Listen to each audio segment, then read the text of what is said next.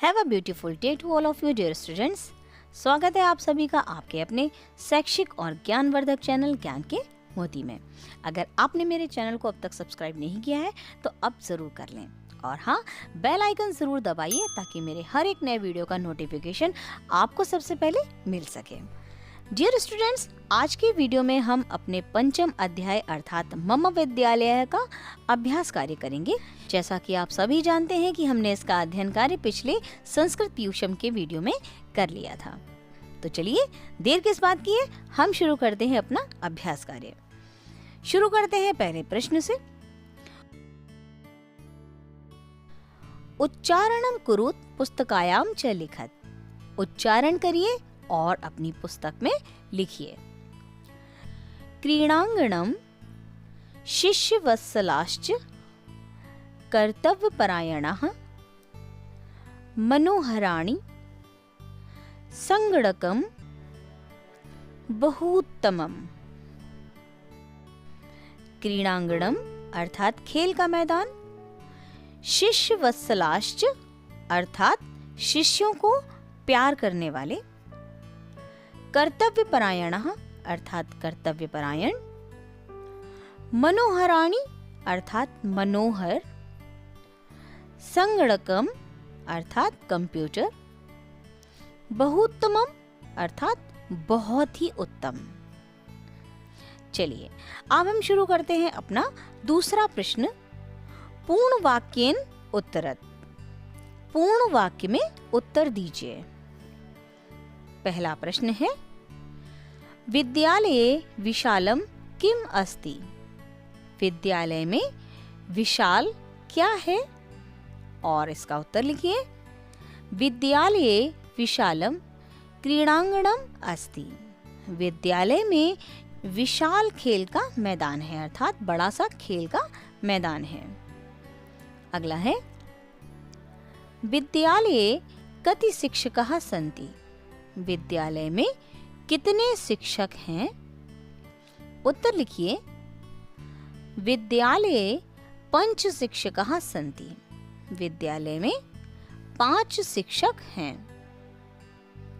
अगला प्रश्न, उषा वस्त्राणि कुतः स्वीकृतवती। उषा ने वस्त्र कहाँ से लिए थे। उत्तर है, उषा वस्त्राणि विद्यालयातः स्वीकृतवती। उषा को वस्त्र विद्यालय से मिले थे या उसने वस्त्र विद्यालय से लिए थे।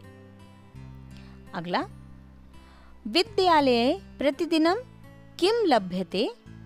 विद्यालय में प्रतिदिन क्या मिलता है। उत्तर लिखिए। विद्यालये प्रतिदिनं मध्याह्न भोजनम लभ्यते। विद्यालय में प्रतिदिन दोपहर का भोजन मिलता है। अगला और अंतिम प्रश्न, विद्यालयस्य प्रतिवर्षं परीक्षाफलम कथम भवति। विद्यालय का प्रतिवर्ष परीक्षाफल कैसा होता है और इसका उत्तर है, विद्यालयस्य प्रतिवर्षं परीक्षाफलम श्रेष्ठम भवति। विद्यालय का प्रतिवर्ष परीक्षाफल श्रेष्ठ होता है।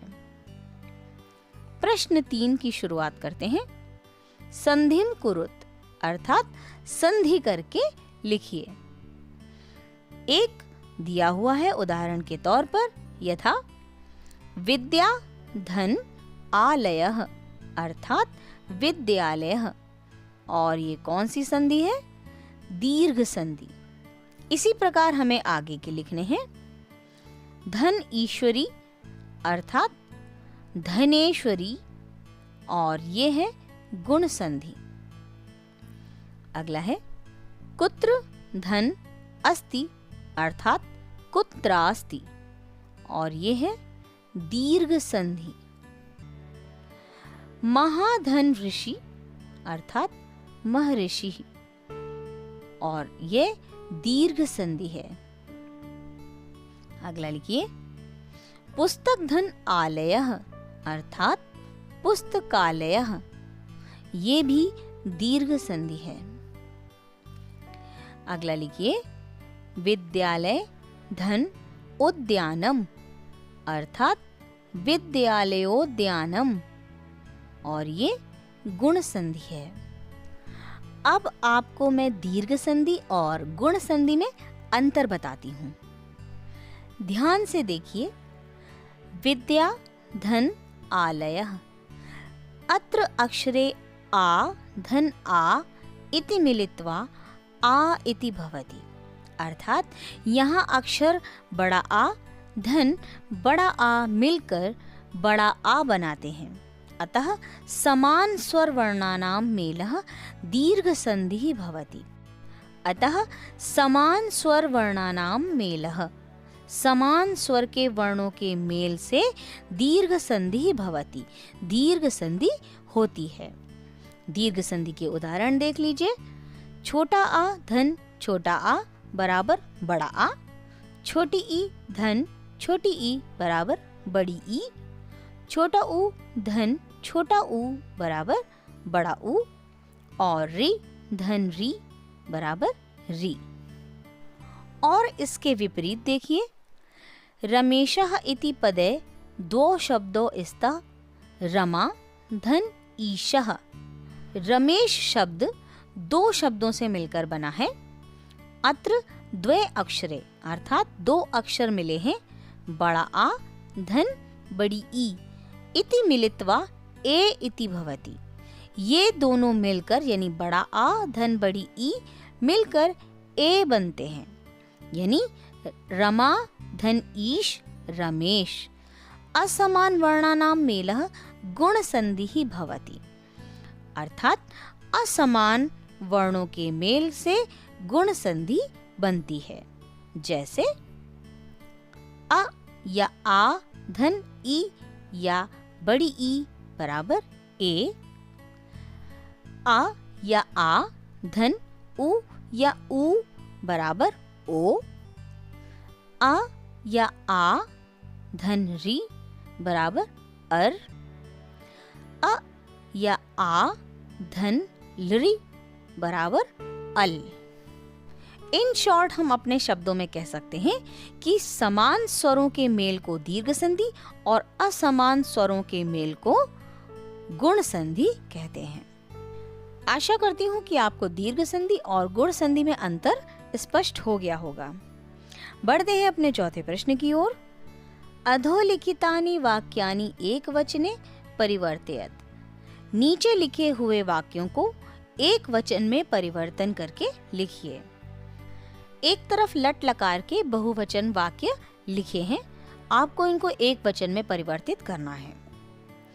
ते लेखम लिखन्ति, वे लेख लिखते हैं, और इसका एक वचन बनेगा वह लेख लिखता है, सह लेखम लिखति। इसी प्रकार ते उद्यानम गच्छन्ति, वे उद्यान जाते हैं, और इसका बनेगा सह उद्यानम गच्छति, वह उद्यान जाता है। अगला है वयम क्रीडांगणम गच्छामः, हम सब खेल के मैदान में जाते हैं, और इसका एक वचन बनेगा अहम क्रीडांगणम गच्छामि, मैं खेल के मैदान में जाता हूँ।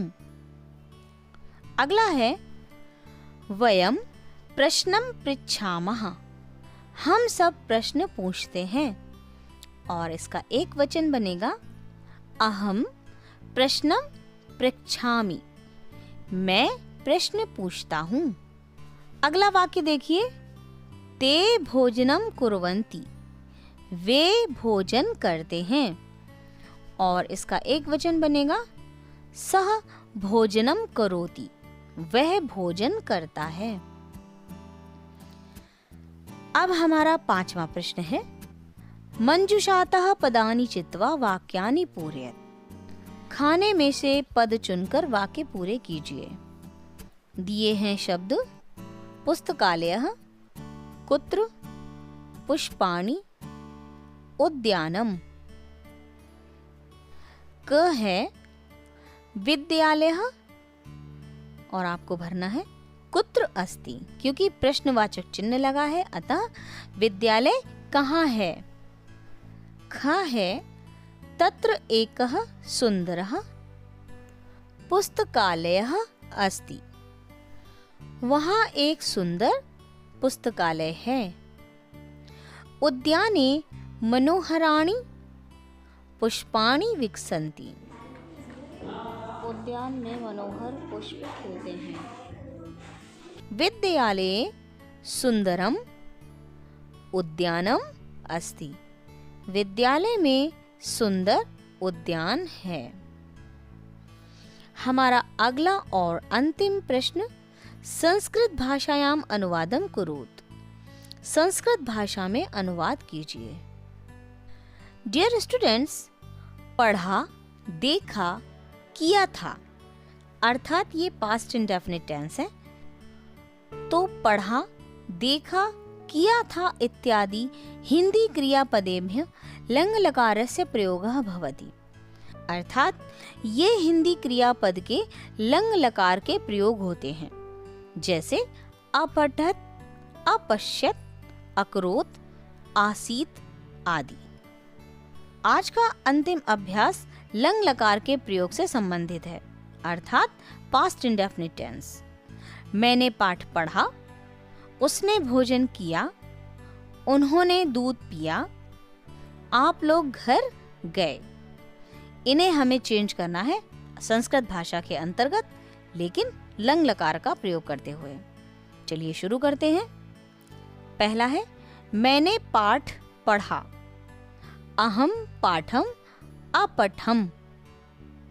अगला है उसने भोजन किया। सह भोजनम अकरोत। अगला उन्होंने दूध पिया। अनुवाद कीजिए, ते दुग्धम अपिबन। और अंतिम, आप लोग घर गए। यूयम गृहम अगच्छत। डियर स्टूडेंट्स, इसी के साथ समाप्त होता है हमारा ये अध्याय। हम जल्द ही मिलेंगे अगले वीडियो में अगले अध्याय के हिंदी अनुवाद के साथ। तब तक के लिए अपना विशेष रूप से ध्यान रखिए। Thank you.